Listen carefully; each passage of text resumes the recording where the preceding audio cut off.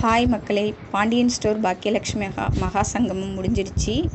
இப்போ நம்ம எப்படி வீடியோஸ் போட போகிறோம்னு பார்த்தீங்கன்னாக்கா, நம்ம பாக்கியலக்ஷ்மியும் பாண்டியன் ஸ்டோரும் ரெண்டையும் சேர்ந்தே வீடியோ போடலான்னு இருக்கேன். எனக்கு ரொம்ப பிடிச்ச சீரியல் பார்த்தீங்கன்னாக்கா Bhagyalakshmi. So Bhagyalakshmi promo first பார்ப்போம், நெக்ஸ்ட்டு பாண்டியன் ஸ்டோர் பார்க்கலாம். பாக்கியலக்ஷ்மி சீரியலில் கோபி, ராதிகா, செலியன் 3 பேர் பேசிக்கிட்டு இருக்காங்க. அப்போ கோபி சொல்கிறாங்க, குழந்தை விஷயத்தில் உங்கள் அம்மா பண்ணது தப்பு அப்படின்னு சொல்கிறாங்க. அப்போ ராதிகா சொல்கிறாங்க, குழந்தை விஷயத்தில் பாக்கியா பண்ணது சரிதான் அப்படின்னு சொல்கிறாங்க. ஏற்கனவே ஜெனியோட அப்பா ரொம்ப கோபத்தில் இருக்காங்க. மேலுமே சண்டே வளர்க்க வேணான்ட்டு தான் பாக்கியா அந்த மாதிரி பண்ணியிருப்பாங்க. பாக்கியா பண்ணது தான் கரெக்ட் அப்படின்னு சொல்லிட்டு ராதிகா சொல்கிறாங்க. ஆனால் ராஜி விஷயத்தில் பாக்கியா பண்ணது தப்பு அப்படின்னு சொல்லிட்டு ராதிகா கிளம்பி போயிடுறாங்க. மறுநாள் பாக்கியாவும் எழிலும் வர்றாங்க. அப்போ பாக்கியாவோட மாமியார் நில்லு பாக்கியா அப்படின்னு பாக்கியாவோட மாமியார் சொல்கிறாங்க, நில்லு பாக்கியா அப்படின்னு சொல்கிறாங்க. நீ பண்ணிட்டு வந்திருக்க காரியத்துக்கும் நீ ஆரத்தி எடுத்து தான் கூப்பிடணும் அப்படின்னு சொல்லிட்டு எல்லாத்தையும் சொல்லி திட்டுறாங்க. ஏன் பாக்கியா நீ இந்த மாதிரியெல்லாம் பண்ண அப்படின்னு சொல்லிட்டு எல்லோரும் நிற்க வச்சு எல்லாருமே கேள்வி கேட்குறாங்க. இப்போ பாக்கியா சொல்ல வராங்க, ஆனால் யாருமே சொல்ல விடலை. எல்லா விஷயத்தையும் சொல்லி திட்டுறாங்க. பாக்கியாவோட மாமியார் உன்னை வேலைக்கு போவிட்டதே தப்பு, அப்போயே நான் தடுத்துருக்கணும் அப்படிலாம் சொல்கிறாங்க, திட்டுறாங்க பாக்கியாவை. கோபியும் சேர்ந்துக்கிட்டு திட்டுறாரு. பாக்கியாவோட மாமனாரும் இதில் பாக்கியாவுக்கு சப்போர்ட் பண்ணாமல் பாக்கியாவை திட்டுறாரு தான். அப்போ கோபி சொல்கிறாரு, எப்போவுமே உனக்கு சப்போர்ட் பண்ணுற அப்பா கூட இந்த விஷயத்தில் உனக்கு சப்போர்ட் பண்ணலை, அப்போ நீ பண்ணியிருக்கிறது தப்பு தான் அப்படின்னு சொல்கிறாங்க. கொஞ்சம் கூட குடும்பத்தை பற்றி யோசிச்சே பார்க்க மாட்டேற, இதனால் என்னென்ன ப்ராப்ளம் வரும்னு உனக்கு தெரியாது அப்படிலாம் திட்டிகிட்டு இருக்காங்க. உடனே பாக்கியா, எல்லோரும் என்னை மன்னிச்சிருங்க, நான் பண்ணது தப்பு தான் அப்படின்னு சொல்கிறாங்க. எல்லார்ட்டையும் மன்னிப்பு கேட்டுட்டு உள்ளே போயிடுறாங்க. எழில், அமிர்தா, பாக்கியா எல்லோரும் உட்காந்து பேசிகிட்டு இருக்காங்க. ஏமா நீ மன்னிப்பு கேட்ட அப்படின்னு சொல்லிட்டு இருந்தாங்க. எல்லாத்தையும் சொல்லி விளக்கிக்கிட்டு இருக்க முடியாது, சண்டை போட்டோம்னா சண்டை நீண்டுக்கிட்டே தான் இருக்கும், அதனால் மன்னிப்பு கேட்டுட்டேன், மன்னிப்பு கேட்டால் இதோட இந்த பிரச்சனை முடிஞ்சிடும் அப்படின்னு சொல்கிறாங்க. அப்போ இனியா வராங்க. இனியா சொல்கிறாங்க, சூப்பர்மா நீங்கள் பண்ணது அப்படின்னு சொல்கிறாங்க. எனக்கு அப்போயே ராஜி அக்கா மேலே ஒரு டவுட் இருந்துச்சு, எப்போவுமே ஃபோன் பேசிகிட்டு இருந்தாங்க, உம்முனே இருந்தாங்க அப்படின்னு சொல்கிறாங்க. பாவமாக அவங்க வீட்டில் உள்ளவங்களாம் ரொம்ப அழுகுறாங்க அப்படின்லாம் சொல்கிறாங்க.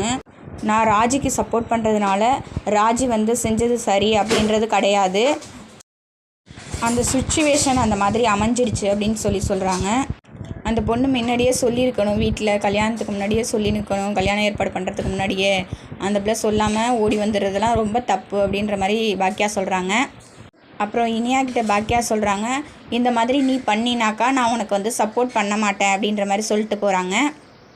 அப்போ இனியா சொல்கிறாங்க எழில்கிட்ட, அம்மாவுக்கு அம்மா ஊரில் உள்ளவங்களுக்குலாம் சப்போர்ட் பண்ணுவாங்களாம், எனக்கு மட்டும் சப்போர்ட் பண்ண மாட்டாங்களாம் அப்படின்னு சொல்கிறாங்க. அதுக்கு எழில் சொல்கிறாரு, நீ ஃபஸ்ட்டு படி, நல்லா படித்து நல்ல ஒரு வேலையில் இரு, அப்புறம் உனக்கு யாரை பிடிச்சிருக்கோ அவங்கள சொல்லு, அவன் நல்லவனாக இருந்தான்னா நான் உனக்கு சப்போர்ட் பண்ணுவேன் அப்படின்ற மாதிரி எழில் சொல்கிறாரு. அதுக்கு இனியா சொல்கிறாங்க, இல்லை நான் லவ் பண்ணுறதுலாம் ரொம்ப ரிஸ்க்கு, நான் வீட்டில் பார்க்குற பையனையே கல்யாணம் பண்ணிக்கிறேன் அப்படின்ற மாதிரி சொல்கிறாங்க. இதோட இந்த ப்ரோமோ முடியுது. நெக்ஸ்ட் எபிசோடாக என்ன வரப்போகுதுன்னு பார்த்தீங்கன்னாக்கா, அமிர்தாவோட முன்னாள் மாமனார் உடம்பு முடியாமல் இருக்காங்க. அவங்க மாமியார் கால் பண்ணி அமிர்தாவை பார்க்கணும் அப்படின்னு மாமனார் சொல்கிறாருன்னு சொல்கிறாங்க. இதுதான் நெக்ஸ்ட் எபிசோடாக இருக்க போகுது, பார்ப்போம். பாண்டியன் ஸ்டோர் சீரியல் பார்க்கலாம். மீனா அவங்க அத்தையை திட்டிகிட்டு இருக்கிறத மீனாவோட ஹஸ்பண்ட் பார்த்துட்றாங்க. பார்த்துட்டு மீனாவை கூட்டிகிட்டு போகிறாங்க. உள்ளே கூட்டிகிட்டு போயிட்டு, ஏன் நீ அம்மாவை திட்டுற அப்படின்னு சொல்லிட்டு கேட்குறாங்க. இல்லையே நான் அம்மாவை திட்டலாம் இல்லையே, சும்மா தான் பேசிகிட்டு இருந்தோம் அப்படின்னு சொல்கிறாங்க. இல்லை நீ அம்மாவை திட்டிகிட்டு இருந்த அப்படின்னு சொல்கிறாங்க. ஏன் உனக்கு ஏதாவது பிரச்சனையா அப்படிலாம் கேட்குறாரு. இல்லையே அதெல்லாம் எனக்கு எந்த பிரச்சனையும் இல்லையே அப்படின்னு சொல்கிறாங்க. அம்மாவே ஏற்கனவே கஷ்டத்தில் இருக்காங்க, நீ வேற அவங்கள திட்டாத அப்படின்னு சொல்கிறாங்க. ஆமாம் உங்கள் அம்மாவை திட்டிடாலும் அப்படின்னு சொல்கிறாங்க. அவங்க என்னோட மாமியார், நாங்கள் 2 பேரும் என்ன வேணாலும் பேசிக்குவோம், இதில் தலைவர் இல்லாமல் இருக்கல, அதை நினச்சி நீ சந்தோஷப்படு அப்படின்னு சொல்லிவிட்டு அவங்க வெளியில் போயிடுறாங்க. அப்புறம் பாண்டியன் அவரை காட்டுறாங்க. அவர் சோகமாக நடந்து போயிட்டுருக்காரு. போய் அவரோட கடைக்கு போகிறாரு. கடைக்குள்ளே போய் அவங்க சித்தப்பா, ராஜியோட சித்தப்பா திட்டினதெல்லாம் நினச்சி அப்படியே சோகமாக உட்காந்துருக்காரு. அப்புறம் தூங்கிறாரு. அப்படியே அவரை தேடிக்கிட்டு கதிரோட அண்ணன், பெரிய அண்ணன் வந்திருக்காங்க. அவங்க அப்புறம் அவங்க அப்பா இருக்கிறத பார்த்துட்றாங்க. உள்ளே போய் அவங்க அப்பாவை எழுப்பி விட்டு தண்ணியெல்லாம் கொடுக்குறாங்க. அப்புறம் பேசிகிட்டு இருக்காங்க, இந்த மாதிரிலாம் பண்ணிட்டானே அப்படின்னு சொல்லிட்டு அவங்க அப்பா சொல்லி வருத்தப்பட்டுட்டு இருக்காரு.